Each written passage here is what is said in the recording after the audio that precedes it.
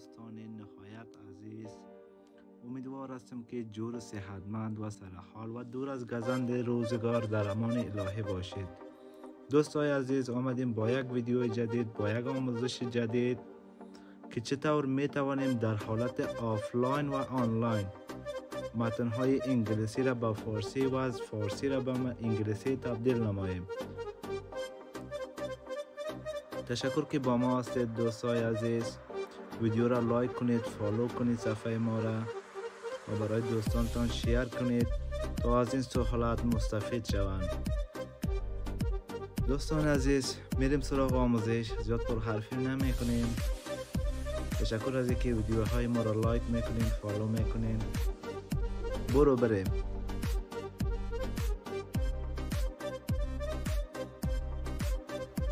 گوگل ترنسلیت از اپ استور و گوگل پلی دانلود میکنیم دوستان عزیز. میبینید دوستان عزیز، آمدیم داخل برنامه و من تایپ میکنم. ببینید که برای من ترجمه میکنه.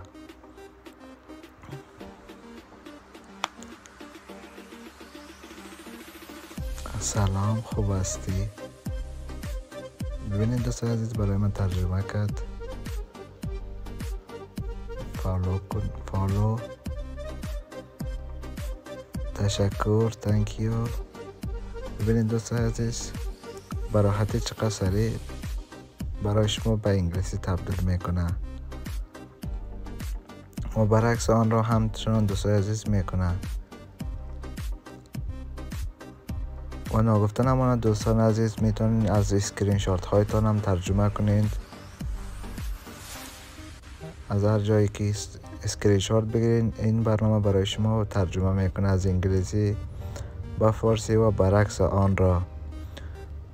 دوستان عزیز، برای این کار کافی است که شما از این قسمت ها ببینید. دوستان عزیز، ما در دانلود زدیم، فارسی و انگلیسی را دانلود کردیم. شما هر زبانی که بخواین دانلود میکنین. فعلا ما در اینترنت کنکت نیستم، برای ما دانلود نمیکنه. حجمش شاید 10 الی 50 MB یا کمتر از آن باشه.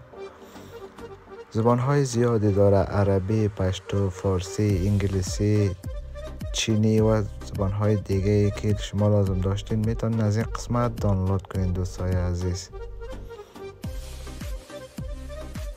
خب دوستای عزیز، این بود ویدیوی امشب ما.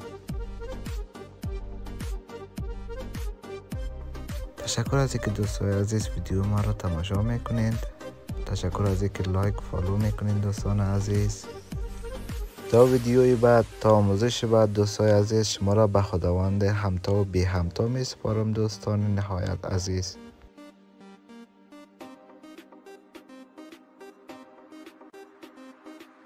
خب دوستان عزیز، آموزش را دیدیم.